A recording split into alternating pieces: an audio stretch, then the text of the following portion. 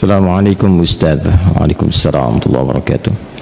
Semoga Ustaz selalu dalam lindungan dan rahmat Allah Subhanahu wa taala. Amin. Semoga Allah memberikan perlindungan dan rahmat kepada Anda dan keluarga lebih baik dari apa yang Allah berikan kepada kami, dan kita diberikan pancaran kemuliaannya. Ustaz, sebelumnya saya minta tolong penjelasan tentang menikah dengan sepupu. Apa di dalam Islam diperbolehkan? Kalau memang dibolehkan, saya mohon penjelasannya Ustaz. Karena saya ada berhubungan dengan sepupu. Kebetulan ayah saya dan ayahnya adik, dan ayahnya adik kakak. Kenapa kebetulan? Ya, emang adik kakak kan, bukan kebetulan. Ya, kebetulan ayah saya dengan ayahnya adik kakak. Ayah saya yang paling tua. Dan kami berdua ingin menikah, tapi terhalang restu orang tua. Karena mereka menikahi sepupu, karena kata mereka menikahi sepupu itu tidak boleh karena masih satu bapak. Kami sudah memberikan penjelasan kepada orang tua, tapi orang tua masih kekeh dengan pendapatnya. Kami hanya ingin halal agar kami terhindar dari maksiat. Kami mohon kepada Ustaz untuk memberikan penjelasan tentang hukum menikahi sepupu. Dan kalau boleh, kami minta tolong divideokan ya Ustaz, agar orang tua kami bisa memahaminya dan memberikan restu kepada kami.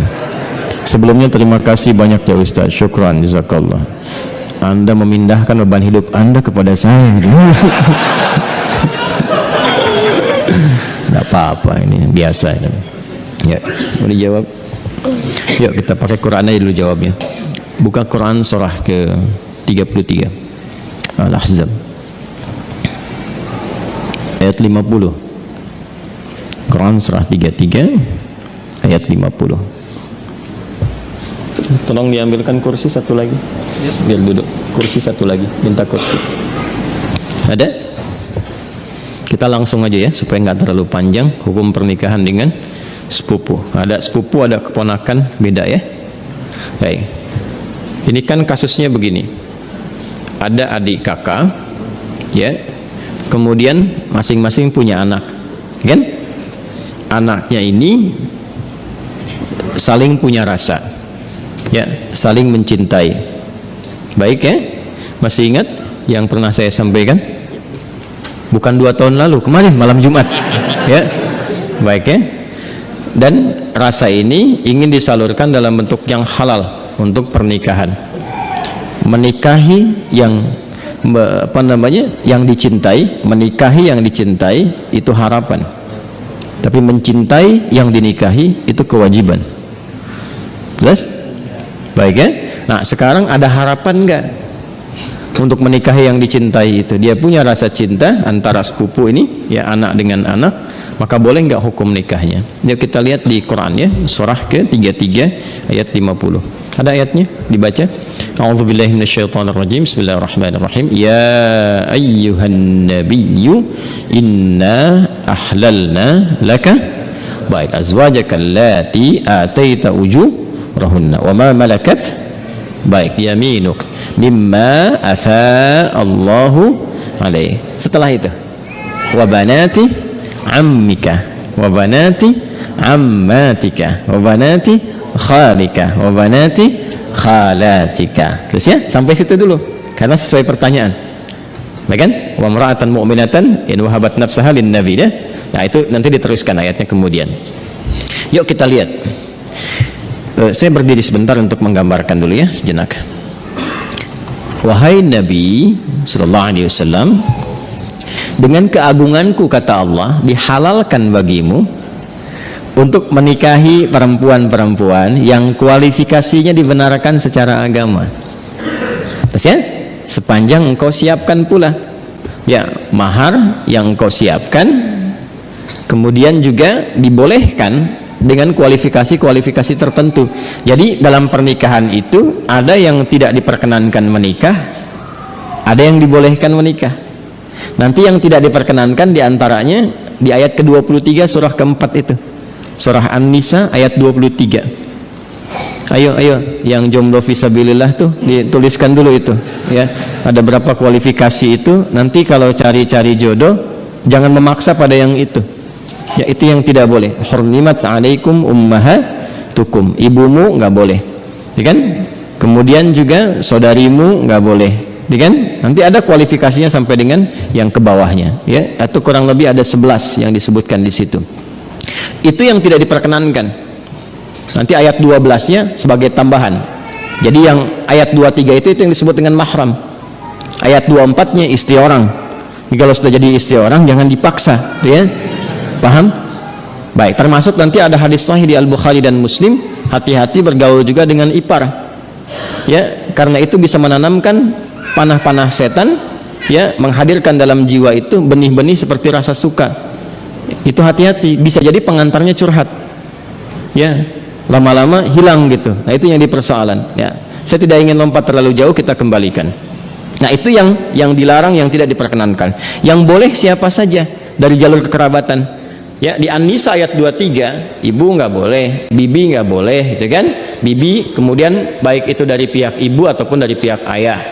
Ya, kemudian saudari nggak boleh, sepersusuan nggak boleh, gitu kan? Menantu nggak boleh, ya. Kemudian nanti ada anak-anak bawaan juga dari istri yang dinikahi, itu nggak boleh. Menyatukan, ya, adik kakak itu nggak boleh. Baik, istri orang itu nggak boleh. Di luar itu yang boleh apa? Ya, di luar itu yang boleh apa? Teruskan. Satu, kalau dari jalur kekerabatan yang paling dekat, anak paman. Baik, ya. Obanati ammika. Anak paman berarti sepupu kan? Ya kan? Baik. Ini saya sebut kakek sajalah. Ya. Kakek punya anak kan? Ya. Ini A, ini B. Ini anaknya laki-laki, ini laki-laki juga. Oke? Sudah. Ini ayah lah ya, untuk memudahkan. Ini bapak.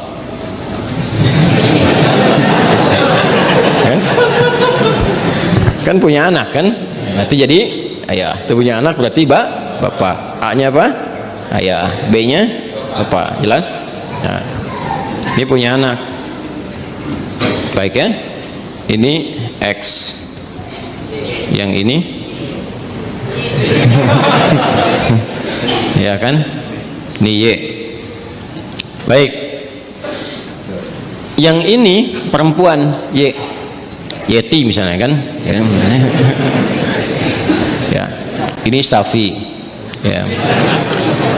Kalau dia punya anak beberapa, misalnya Safi, Messi, misalnya siapa lagi ke bawah, misal. Ini laki-laki, ini perempuan. Nah, ini sepupuan kan? Ini kan?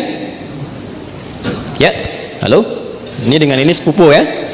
Baik. Nah, ini Yeti dengan Safi ada rasa saling mencintai. Ingat, mencintai dengan menyukai itu berbeda. Suka, semua bisa disukai, tapi tidak setiap yang disukai itu harus mencintai. Jelas ya? Baik. Sama dengan begini, tak kenal maka tak bukan ta'aruf. Ya. Karena tidak harus yang dikenali itu disayangi. Anda kenal istri tetangga, apakah harus sayang padanya? Tidak kan? Paham ya? Baik. Jadi kenal itu tidak harus sayang. Halo? Paham? Nah, tapi kita menyukai siapapun harus suka dalam konteks kebaikan. Tapi tidak selalu yang disukai itu harus dicintai. Cinta itu diikat dengan nilai-nilai yang baik. Karena itu bagus pertanyaannya, ingin tahu rambu-rambu agama supaya tidak keluar dari nilai-nilai itu, supaya tidak masuk dalam jerat-jerat setan. Apa hukumnya kemudian kalau ini ingin menikah dengan ini? Ini ada anak paman nih. Ini kan kesini paman kan? Ya kan? Ini ada anak pamannya nih, anak pamannya. Apa hukumnya kalau saya ingin menikah dengan anak paman? Maka dijawablah kemudian di Al-Ahzab tadi di ayat yang ke-50. Wa banati ammika wa banati ammatika.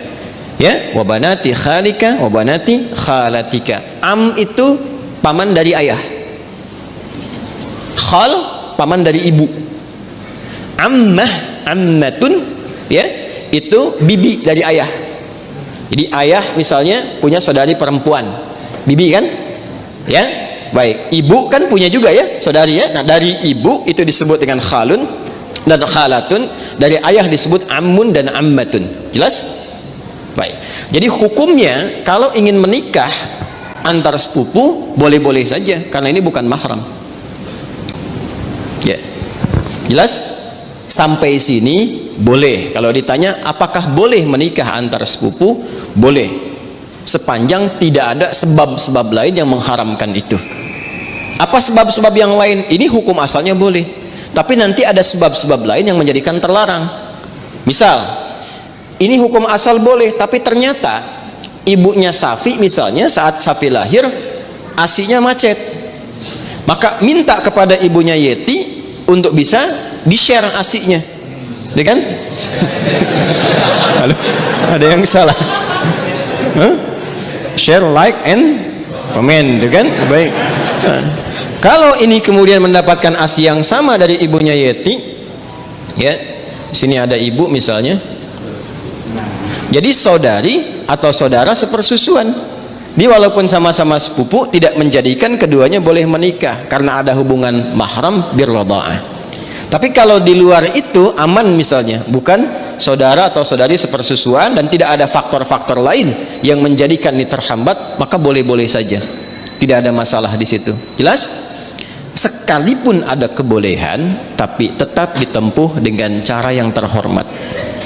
Ya, jadi tidak boleh misalnya kawin lari, capek, sambil lari nikah gitu kan? Tidak, jangan. Tetap sekarang cari cara untuk memahamkan dengan cara yang baik dan bermohon kepada Allah kalau memang diniatkan ibadah, niat ibadah dengan cara yang benar, dengan cara yang baik, sifatnya nanti akan dibimbing oleh Allah dengan cara yang baik. Ada doanya untuk melembutkan hati orang tua misalnya, ditampakkan nilai-nilai kebaikan. Jadi kalau ada penolakan dengan karakter, dibalas dulu dengan akhlak. Biasanya akhlak itu melembutkan hati. Ya, Anda misalnya datang kepada ibu, ibu nolak, nggak usah yang itulah, cari yang lain misalnya kan, dan Anda merasa itu baik buat Anda misalnya, taat dulu aja pada ibu, jangan dibantah dulu, nggak usah pakai tapi walaupun meskipun, udah ya, taati saja dulu. Begitu Anda taati baik, lalu tampakkan nilai-nilai kebaikan, doa sampai lembut hatinya. Ya, demikian calon pasangan juga nanti mendoakan juga, memberikan akhlak yang baik. Ketika kelembutan itu ada, maka cara kita kemudian berkomunikasi akan berbeda dan hasilnya tidak sama dengan yang pertama. Paham sampai sini? Baik. Jadi jangan bergantung ya yang bertanya pada video ini untuk dibawa kepada orang tua. Ya. Ini jawaban Ustadz Adi misalnya, tidak ya. Bagi saya tetap hukum aja yang didahulukan. Ini hukumnya boleh, tapi akhlak itu yang diutamakan. Paham sampai sini? Baik. Nah, supaya tidak keliru memahami, kalau kita teruskan itu ada kalimat khalisatan laka min dunil mu'minin. Ada kekhususan untukmu. Teruskan ayatnya ya, teruskan ayatnya. Yang berlaku khusus selain bagi orang-orang beriman yang lain dari kalangan umatmu. Itu yang dimaksudkan itu yang sebelum ayat itu, yaitu setiap perempuan yang menyerahkan dirinya untuk dinikahi. Itu kekhususan bagi Nabi SAW. Ya, jadi ada sifat yang spesial bagi Nabi ketika berhijrah. Ada di antara sahabat-sahabat mulia beliau itu yang kemudian meninggal dunia, meninggalkan anak-anaknya, ada istri dan keluarganya. Ya, kemudian Nabi diperintahkan oleh Allah Subhanahu wa taala bagi perempuan-perempuan tertentu khusus, jika Nabi meridainya, akhlaknya, kemuliaannya, kebaikannya, support untuk dakwahnya, dan dia datang untuk menyerahkan dirinya untuk dinikahi, boleh-boleh saja, silahkan gitu kan. Atau perempuan-perempuan umum, dalam arti bukan yang telah bersuami ditinggal, meninggal dunia ya, yang masih status single dan sebagainya, yang Nabi ridai kualifikasinya boleh dinikahi. Sedangkan dalam standarnya kan mesti ada wali kan. Nah, kalau bagi Nabi itu khusus ya, bagi Nabi khusus, tidak berlaku umum. Jadi nanti harus pandai baca-baca ayat. Ada yang khusus untuk Nabi, ada yang umum berlaku untuk umatnya. Di ayat ini ada dua kualifikasi. Ada yang umum sifatnya seperti menikah antar sepupu itu, ada yang khusus sifatnya seperti perempuan yang datang sendirinya untuk minta dinikahi. Jadi nggak boleh misalnya ada ustadz, ada dari akhwat datang, ustadz silahkan nikahi saya ya, misalnya kan, walinya mana? Nggak apa-apa, saya jadikan Allah sebagai wali saya. Dia, nah itu nggak boleh. Paham ya? Itu nggak boleh hukumnya. Jelas? Nah, itu diantara yang ditemukan. Karena ini ada kisah kenapa ayat ini turun. Salah satunya kisah Sayyidah Maimunah Al-Ansariyah. Ya, ada kisah menyebutkan demikian. Ada kisah menyatakan Zainab Al-Ansariyah datang kepada Nabi sallallahu alaihi wasallam menyerahkan diri beliau untuk dinikahi. Jika memang ada nilai-nilai kebaikan yang bisa disupportkan untuk dakwah Nabi, maka direspon dengan turunnya ayat ini. Itu yang disebutkan oleh Imam Ibnu Jarir At-Tabari dalam tafsirnya, ya, tafsir At-Tabari atau Jami' Al-Quran di jilid yang ke-12 halaman 29.